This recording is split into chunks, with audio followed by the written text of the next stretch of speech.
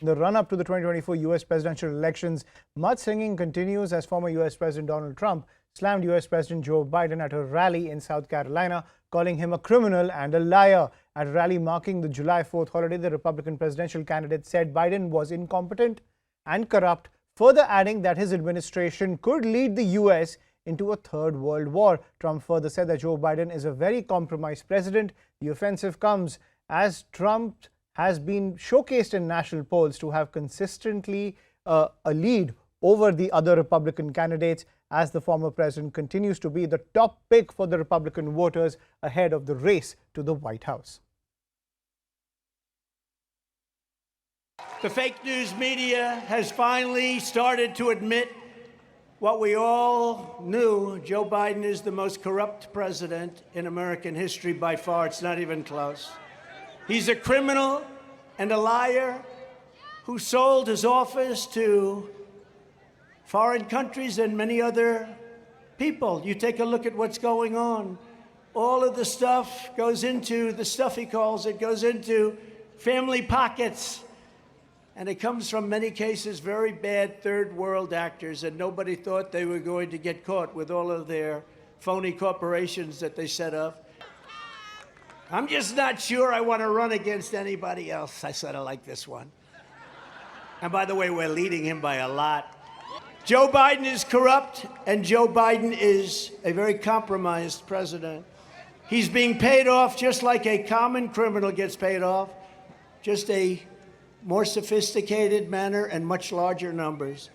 But he's totally protected by the Department of Justice and by the fake news media, which has been weaponized to a degree we have never, ever seen before. And to decode Trump's political offensive on the road to the U.S. elections in 2024, I'm joined by Adele Nazarian, foreign policy analyst and CEO of U.S. Blockchain PAC. Thank you so much, Adele, for joining us on CNN News 18. Trump, using the same shtick that he does all the time when it comes to targeting Joe Biden. In your opinion, as he leads the race when it comes to the Republican presidential nomination, how much traction is this getting beyond the MAGA crowd? Is it the MAGA crowd, of course, is right behind him, but is he being successful in getting the moderates on his side when it comes to the Republican base? Hi, thank you so much for that great question. It's really, really still very soon to tell. I think that there's been so much mudslinging going on from all sides. And frankly, what I'm seeing is you saw a great turnout, obviously, for his recent rally in South Carolina, which was obviously a predominantly Republican part of the state. There was a 3,400 rather person population, 50,000, I believe, turned out. But the thing here is, I think what we have to look at is, are the American people tired of seeing the same repeat faces over and over again?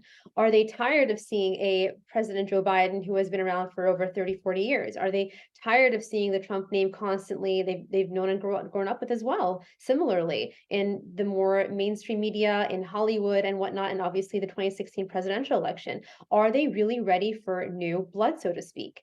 And I do want to also point your attention to a Gallup poll that came out just 2 or 3 days ago, I believe, where it did show an uptick in conservatism socially and economically, but more so culturally, which is socially. And I think that a lot of that has to do, frankly, with the kind of the forced transgender ideology, a lot of these LGBTQ policies, which of course everyone has a right to love whoever they want. That's no one's business. You can love whoever you want to and be with whoever you want to. But to kind of push an agenda on the population is really backfiring, I think. And I think that's key to whether or not Trump is going to be able to reach out to the moderates, or by the same effect, whether it's Ron DeSantis, Nikki Haley, Vivek Ramaswamy, Mike Pence, some lesser known names like Patrick Riley, Doug Berman. It's such a heavily contested field right now on the Republican side. And it remains to be seen, frankly, who's going to be able to cinch the nomination, although clearly Donald Trump is the most noteworthy by recognition of name. Absolutely, Adele. Donald Trump is miles ahead of the rest of these contenders. But as you're talking about the culture wars that are being waged in the United States and the highly polarized narrative surrounding these culture wars, when it comes to, as you're pointing out, the rise of conservatism, especially when it comes to the transgender issue, which many people feel, and over here in India also, there is an agreement that it's gone out of control when it comes to narratives from US colleges to other public spaces in the United States. Do you think the Republican base is successfully been able to draw that line from that woke virus, as they call, towards Joe Biden? Have they been successfully been able to make that link? Frankly, I believe that there are people who are working within the Biden administration that have made it very easy for the Republicans to draw that line, Mhm. which frankly he's an incumbent president, which is very difficult to overcome in a primary for the general election, obviously. But I think most recently where they had during Pride Month, it's great. They had a celebration, and there was someone who was transgender who actually went topless and on the White House lawn, and that's humiliating. It's embarrassing. And the White House issued an apology and did condemn that. So I think public displays like that, unfortunately, whether intentional or unintentional, do draw a direct line to the current administration, and it doesn't really benefit them, frankly. Right. And let's talk about these charges of corruption that have been coming from Donald Trump. He himself is mired in a very hot legal soup at the same time. Now it's not just the MAGA Republicans in Congress.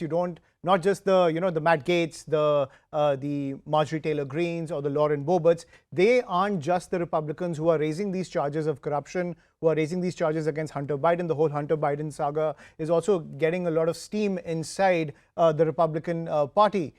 In your opinion, this charge of corruption against Joe Biden, does this have pan-Republican support, and Donald Trump is just leading the charge when it comes to the campaign trail?